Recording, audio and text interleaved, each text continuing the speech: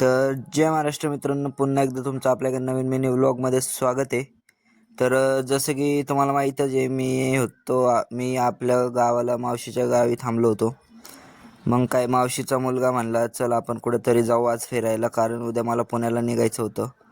मग तो म्हणला की चल आपण लोणार सरोवर बघायला जाऊ. आणि मी पण लोणार सरोवरचं खूप ऐकलेलं, पण कधी गेलो नव्हतो. त्यामुळं मी पण म्हणलं चल.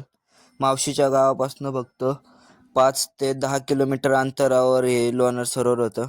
मग काय आम्ही आलो आणि तिथं आल्यावरती तिथलं वातावरण बघितलं, एवढं छान, एवढं सुंदर, की तिथं म्हणजे खूप खूप चांगलं वाटलं. आणि त्यानंतर आम्ही खाली गेलो.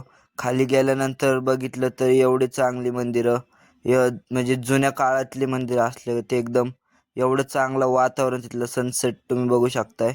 आणि एवढं म्हणजे पुरातन असं जुने जुने काही मंदिरं. आणि असं म्हटलं जातं की ही जी धार आहे, ह्या धारेचं पाणी कधीच संपत नाही आणि 12 महिने 24 तास या धारेला पाणी चालूच असतं. तुम्ही बघू शकताय, लोक म्हणजे इथं फोटोशूट करत होते. फोटोशूटला सुद्धा इथं खूप चांगली जागा आहे.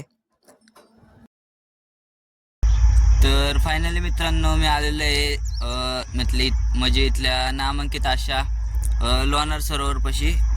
ह्या सरोवरला पर्यटन स्थळ म्हणून हे केलं जातं, म्हणजे पर्यटन स्थळ असं म्हटलं जातं, कारण इथं लय जण येतात फिरण्यासाठी. आणि तुम्ही बघू शकता इकडं अशा जुन्या प्रकारचे असे थोडेफार मंदिर आहे.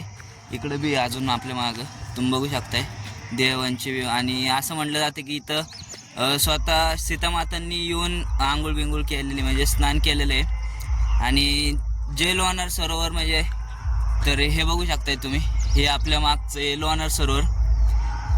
असं म्हणतात की इथं म्हणजे आकाशातनं एक उल्का पडलेला आणि त्यामुळं या सरोवरची उत्पन्नता झाली. आणि मधात लॉकडाऊनमध्ये या सरोवरची न्यूजसुद्धा आली ती पेपरला आणि न्यूज चॅनलला, की या सरोवरचं पाणी लाल झालं. ते हे सरोवर आहे. तर चला मी फिरतो, तुम्ही बघत राहा.